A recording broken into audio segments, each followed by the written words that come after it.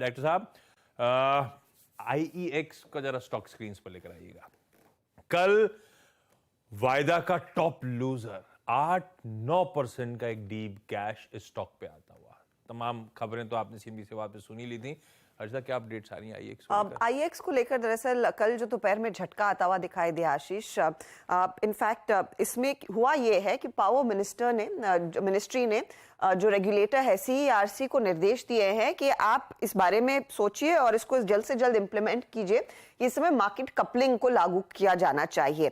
अब market coupling का मतलब यही है, एक full fledged third party, independent third party आएगी जो सभी सौदों को, दरअसल जो बाय और सेल के सौदे हैं पावर एक्सचेंज पर, वो कोलेट करेगी और अक्रॉस एक्सचेंजेस फिर एक ही प्राइस दरअसल निकाल कर देगी। अब ये खासियत रही है आईएक्स की, क्योंकि ये सबसे बड़ा इनफैक्ट पावर एक्सचेंज और सबसे पहले जो लिस्ट हुआ था। अब अगर ये हो जाता है, अगर मार्केट कपलिंग आ जाती है, याद रखिए कि आईएक्स करीब 100% मार्केट शेयर कमांड करता है डे अहेड मार्केट में और रियल टाइम मार्केट में, और उससे करीब करीब 75 से 80% रेवेन्यू कंपनी कमाती है। इफ इट ऑल वो मार्केट कपलिंग आती है, और अप्रैल इसी महीने साल दरअसल एक नई बॉडी भी फ्लोट की गई है जो ये काम करने वाली है। जब वो इवेंचुअली लागू होगा तो कंपनी के बिजनेस पर एक सीधा असर आता हुआ दिखाई देगा, ओवरऑल मार्केट शेयर इनका घटता हुआ दिखाई देगा, और उसी का झटका दरअसल कल भारतीय बाजार में लगा आईएक्स के स्टॉक पर। अब इस पर कुछ ब्रोकरेज रिपोर्ट्स ने और रिपोर्ट निकाली है। एंटीक की आज सुबह जो रिपोर्ट आई है, उन्होंने डाउनग्रेड किया है, सेल की रेटिंग दे दी है, 105 का इनका टारगेट है, और नुवामा भी कह रहा है कि रेटिंग इनकी रिड्यूस की है और इनका टारगेट 127 का आ रहा है। तो मार्केट कपलिंग का जो फॉर्मूला है या फिर जो प्रपोजल अब पावर मिनिस्ट्री की तरफ से आया है, वो भारी पड़ता हुआ दिखाई देगा ओवरऑल आईएक्स के बिजनेस मॉडल पर। तो बेसिकली प्रीमियम कमांड करता था मोनोपोली का। अभी डीकपलिंग के चलते वो मोनोपोलिस्टिक, हाँ कपलिंग के चलते वो प्रीमियम जो कमांड करता था वो गड़बड़ाएगा। पार्थिव, आईईएक्स ये वो 2020 की स्टोरीज में से, 2020 2021 की स्टोरीज, जब वो मोनोपोली बिजनेसेस या मोनोपोलिस्टिक बिजनेसेस बाजार ने क्या री रेट कर डाले थे, उसके बाद तगड़ा फिजल आउट हुआ है। आईईएक्स इस गिरावट, आप लोग का व्यू क्या बन रहा है फंडामेंटली? जो तमाम दिक्कतें आ रही हैं उसके बीच में आईईएक्स में सिर्फ हम रिटेल ही फंसा हुआ है। दिक्कत ये है हमने ही ऊपरी स्तरों पे ले रखा, और रोज जो क्वेरीज आती हैं आईईएक्स को लेकर बहुत आती हैं। क्या करें हम लोग भाई? I think one of the favourite stock था, और आपने राइटली बताया कि मल्टीफोल्ड रीरेट हुआ था, 96% मार्केट शेयर पावर एक्सचेंज के अंदर। और जब ये रेगुलेटरी हर्डल्स आते हैं आशीष जी, तब बहुत डिफिकल्ट हो जाता है टू नो किस तरह से बिजनेस ट्रेजेक्टरी होगी। अगर मैं एक बॉलपार्क फिगर दूं कि if on every trade if their earning से 2 पैसा, और रेगुलेटरी हर्डल के वजह से ये 2 पैसा का 1 पैसा या 1.10 पैसा होता है, तो भी नो डाउट बहुत अच्छा free cash flow generating business model रहेगा। लेकिन जब अर्निंग्स और कैश फ्लो जनरेशन आधा हो जाता है या 30 to 40% कम होता है, तो ये मार्केट जो टर्मिनल वैल्यू एडजस्ट करके स्टॉक को काफी डीरेट कर देता है। तो मतलब यही दिक्कत है कि आगे जाते और क्या रेगुलेटरी हर्डल्स आ सकते हैं। प्लस पावर एक्सचेंज के अंदर आई थिंक गवर्नमेंट चाहता है कि हेल्दी कंपटीशन हो। दे डोंट वांट कि कोई भी एक या दो कंपनी का डोमिनेंट मार्केट शेयर हो। तो काफी दूसरी कंपनीज वाया पीएसयूज ने भी अनाउंस किए प्लान्स कि वो लोग ये पावर एक्सचेंज में आए। तो कॉम्पिटिटिव इंटेंसिटी बढ़ने की वजह से हम देख रहे हैं इसमें काफी वीकनेस आती है।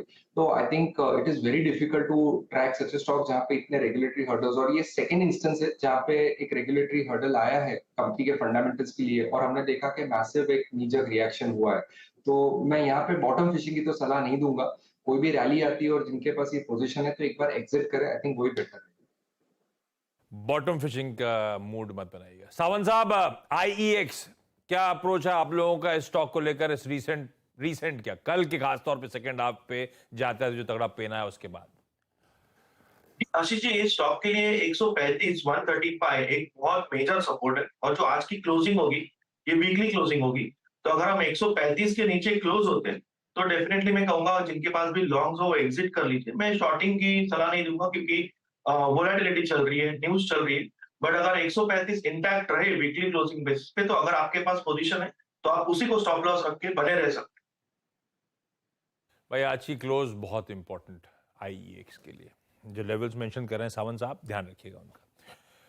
क्विकली आज के बचे हुए सारे इंपॉर्टेंट स्टॉक्स की न्यूज जान ली जाए। हर्षदा, कौन कौन से?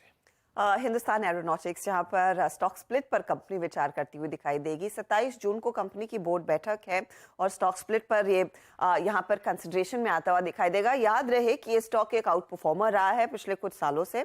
अगर 2023 की ही बात करें तो करीब 40% से ज्यादा के रिटर्न्स इसने आपको कमा कर दिए हैं और अब वो स्टॉक स्प्लिट पर बोर्ड दरअसल बातचीत करेगा। बायोकॉन के लिए एक अपडेट आ रहा है कि बैंगलोर की जो एपीआई मैन्युफैक्चरिंग फैसिलिटी है उसको एक कंप्लायंस सर्टिफिकेट मिल गया है जर्मनी की कॉम्पिटेंट अथॉरिटी की तरफ से। अब ये इंस्पेक्शन लार्जली फरवरी में हुआ था। अब देखना यह है कि जर्मन ड्रग रेगुलेटर के बाद यूरोपियन ड्रग रेगुलेटर और क्या यूएस एफडीए की तरफ से भी ये गो अहेड मिलता है, क्लियरेंस मिलता है। ये फिलहाल बायोकॉन के लिए एक पॉजिटिव कदम है। टाटा पावर रेडार पर रहेगा। इनके रिन्यूएबल एनर्जी की जो इकाई है उसको एक लेटर ऑफ इंटेंट मिला है 966 मेगावाट का round the clock hybrid renewable power project. ये टाटा स्टील के लिए ही खड़ा करने वाले हैं, लेकिन ये इनफैक्ट बड़ा industrial round the clock power project है जिस पर कंपनी काम करती हुई दिखाई देगी। ये सोलर विंड हाइब्रिड कैपेसिटी वाला प्रोजेक्ट है जो कंपनी तैयार करेगी। एथर इंडस्ट्रीज, एक और अपडेट आता हुआ एथर के लिए। कंपनी ने दरअसल सऊदी अरामको के साथ एक टाई अप किया है सस्टेनेबल कन्वर्ज पॉलीऑयल टेक्नोलॉजी के कमर्शियलाइजेशन के लिए। अब कंपनी कहती है इस पर्टिकुलर टेक्नोलॉजी के कमर्शियलाइजेशन के बाद सिग्निफिकेंट रेवेन्यू इनफ्लो आता हुआ दिखाई देगा, तो स्टॉक पर आपकी नजरें होनी चाहिए। जाइडस लाइफ के लिए भी एक अपडेट आया है। यूएस एफडीए की तरफ से इनको अप्रूवल मिला है एसिड रिफ्लक्स और यहाँ पर अल्सर्स की ट्रीटमेंट के लिए दवा इस्तेमाल होती है और उसके लिए दरअसल इनको ये यूएस एफडीए नॉड मिलता हुआ। आईआरबी इंफ्रा और आईआरबी इनविट्स के अपडेट्स आए हैं मे के। इंफ्रा के लिए मे का जो रेवेन्यू है उसमें 20% तक का इजाफा बनता दिखाई दिया है ईयर ऑन ईयर। ये 411 करोड़ पर आया। इनविट्स के रेवेन्यू में अगर आप ध्यान दें करीब 9% तक की ग्रोथ देखने को मिल रही है। ये 87 करोड़ के आसपास आ रहा है आंकड़ा। इंडिया इन्फोलाइन फाइनेंस आज रेडार पर रहेगा। दरअसल आज ये एक एनसीडी के जरिए 1500 करोड़ रुपए रेज करते हुए दिखाई देंगे। आज खुल रहा है एनसीडी। बेस ऑफर 300 करोड़ का है। ग्रीन शू ऑप्शन यहां पर ओवर सब्सक्रिप्शन के लिए 1200 करोड़, तो बेसिकली 1500 करोड़ रुपए कंपनी रेस करती हुई दिखाई देगी। आज कोशिश करेंगे कंपनी के मैनेजमेंट से भी बात करने की। सीसीएल प्रोडक्ट्स, इन्होंने दरअसल स्वीडन की एक कॉफी रोस्टर ग्रुप है लॉफबर्ग्स, इसके करीब करीब 6 कॉफी ब्रांड्स अक्वायर कर लिए हैं और ये एक्विजिशन नियरली 5.5 करोड़ के आसपास होता हुआ दिखाई दिया है। याद रखिएगा लॉफबर्ग ग्रुप एक पुरानी ग्रुप है। 1906 में दरअसल इसने अपने कारोबार की शुरुआत की थी और ये सबसे बड़े कॉफी रोस्टर्स हैं नॉर्डिक रीजन में, यानी कि स्कैंडिनेवियन कंट्रीज में, तो वो इनफैक्ट प्ले होता हुआ दिखाई देगा सीसीएल के लिए। स्नोमैन लॉजिस्टिक्स के लिए भी एक अपडेट आता हुआ कि गेटवे डिस्ट्रिक्ट पार्क ने दरअसल 14 लाख शेयर खरीदे हैं 43 रुपीस 30 पैसे के भाव पर। ये in fact gateway district park March and तक 40% स्टेक होल्ड कर रहा था, तो उनकी तरफ से कुछ और खरीदारी आती हुई। रखिए इन तमाम स्टॉक्स को रडार पे। हिंदुस्तान एरोनॉटिक्स आज फोकस में रहेगा भाई। स्प्लिट आने की कोई जरूरत नहीं थी। ये लॉन्ग जेस्टेशन वाले बिजनेसेस लोग अपने पोर्टफोलियो में होल्ड कर रहे थे। स्प्लिट पता नहीं क्यों करने का मन बना रहे हैं, लेकिन ठीक है। इस मंथ के एंड में वो बोर्ड मीट जिसमें इस कंपनी का बोर्ड इस शेयर विभाजन पे विचार करेगा। ऑफलेट बहुत अच्छी तेजी इसलिए बन रही है क्योंकि हमारे पीएम मोदी की एक यूएस की विजिट होनी है इसी मंथ के सेकेंड हाफ में, जिसमें कहा जा रहा है कुछ बड़े डिफेंस करार होते हुए नजर आएंगे और उसी सुबुघाट में स्टॉक ने बहुत अच्छे मूव। जी के साथ जेट के इंजन डेवलप करना, याद होगा आपको खबर सीएनबीसी आवाज ने बताई भी हुई है, उससे पहले बहुत अच्छे मूव्स एंजॉय कर रहा है। गाबा सर, चार्ट्स पे एचएएल कैसा प्लेस्ड? एचएएल का जो टारगेट था मेरे ख्याल से 3500 था, वो अचीव हो चुका। अब भी अच्छा लगता है। फिर next technical target 3000 higher zone देखेंगे एचएएल में। इसमें जब भी कोई डिप्स मिलती है एचएएल में एक बाइंग अपॉर्चुनिटी है। क्या ये 4000 तक जा सकता है? बिल्कुल जा सकता है। रेजिस्टेंस तो है नहीं। इतना है कि टाइम वाइज करेक्शन कभी होता है या प्राइस वाइज करेक्शन होता है या दोनों होते हैं, वो खरीदारी का मौका रहेगा HAL. So it's a buy on dips.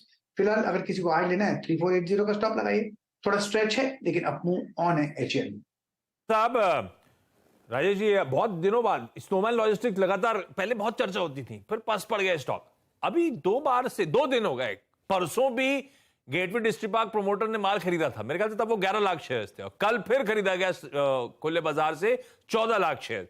कैसा प्लेस है चार्ट्स पे? ये जो प्रोमोटर्स लगातार खरीदारी कर रहे हैं उससे कुछ भरोसा बढ़ रहा है या नहीं चार्ट्स पे? आशीष जी, आशीष जी देखिए, अगर चार्ट देखें तो डेली चार्ट तो स्ट्रांग है, लेकिन थोड़ा जो आप कह सकते हैं कि जो आपका हौसला बढ़ता है जब आप इसका वीकली चार्ट देखते हो, क्योंकि वीकली पे यहाँ पे एक जबरदस्त प्राइस एंड वॉल्यूम ब्रेकआउट आया जिसका टारगेट बनता है करीबन 48 to 50। तो बाय कहाँ करना है? मुझे लगता है आशीष जी, अगर डिप मिले यानी 40-41 की तरफ, तो आई थिंक एक बढ़िया अपॉर्चुनिटी होगी। चाहे तो आप थोड़ा थोड़ा करके ले सकते हैं यहाँ पे 2 ट्रांचेस में, लेकिन टारगेट सेट है 48 to 50, ये इसका टारगेट होगा। स्टॉप लॉस जो है वो आपका रहेगा 40 के नीचे, यानी 39 के स्टॉप लॉस के साथ लॉन्ग होगा, और बाय करना है आपको बाय ऑन डिप स्ट्रेटेजी के साथ, थोड़ा थोड़ा करके बाय करें। 48-50 का टारगेट पक्का आएगा। पास चला जाए आज के फ्राइडे सेशन के कौन कौन से हॉट स्टॉक्स हैं? वीरू।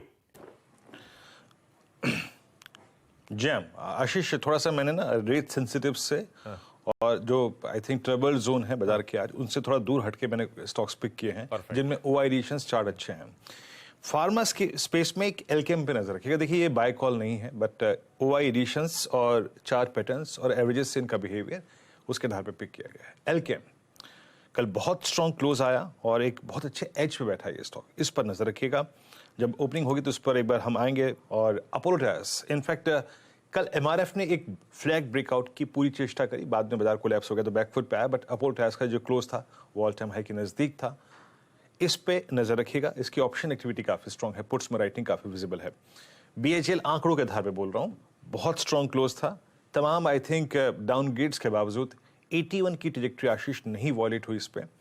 स्ट्रॉन्ग क्लोज कल करीब करीब नेगेटिव बाजार में भी, और एक बहुत अच्छा रेंज ब्रेकआउट के संकेत दे रहा है। स्टॉक वाइट गुड सेगमेंट में से हेवल्स आशीष, एक बहुत अच्छी प्लेसमेंट और एक multi month channel, sloping downward channel यहाँ पे कटने को तैयार है। कल इसकी ऑप्शन एक्टिविटी काफी स्ट्रॉन्ग थी और slightly out of money calls में एक्टिविटी काफी स्ट्रॉन्ग है, तो इस पर नजर रखिएगा। और एक जेएसडब्ल्यू स्टील आशीष, कल निफ्टी मेटल का क्लोज मतलब सेकेंड कंसेक्यूटिव डे काफी स्ट्रॉन्ग था। और जरा प्लीज डायरेक्टर साहब एक बार निफ्टी मेटल लेके आइएगा, एक सेकेंड। एक निफ्टी मेटल इंडेक्स रखिएगा 6067 पे, मतलब हल्का सा बैकफुट पे आया लेकिन क्लोज बहुत स्ट्रॉन्ग था। और उसमें भी जेएसडब्ल्यू स्टील, हालांकि कल खबर में था ये, बट जेएसडब्ल्यू स्टील 748 पे आशीष एक बहुत स्ट्रॉन्ग क्लोज देखेगा। एक typical inverted flag, sorry head and shoulder formation, बहुत ही शानदार फॉर्मेशन और बहुत शानदार ब्रेकआउट हुआ यहाँ पे। तो ये पूरा का पूरा space plus within that space JSW steel Ashish, इसकी प्लेसमेंट बहुत स्ट्रॉन्ग है। थोड़ा रेट सेंसिटिव से, थोड़ा आईटी से दूर रह के फार्मा, मेटल्स और थोड़ा ऑटो एंसिलरी और टायर्स पे फोकस किया मैंने आशीष। बिल्कुल ठीक है। और जेएसडब्ल्यू स्टील कल बातों बातों में गावा सर के मुंह से निकला भी था, याद है आपको?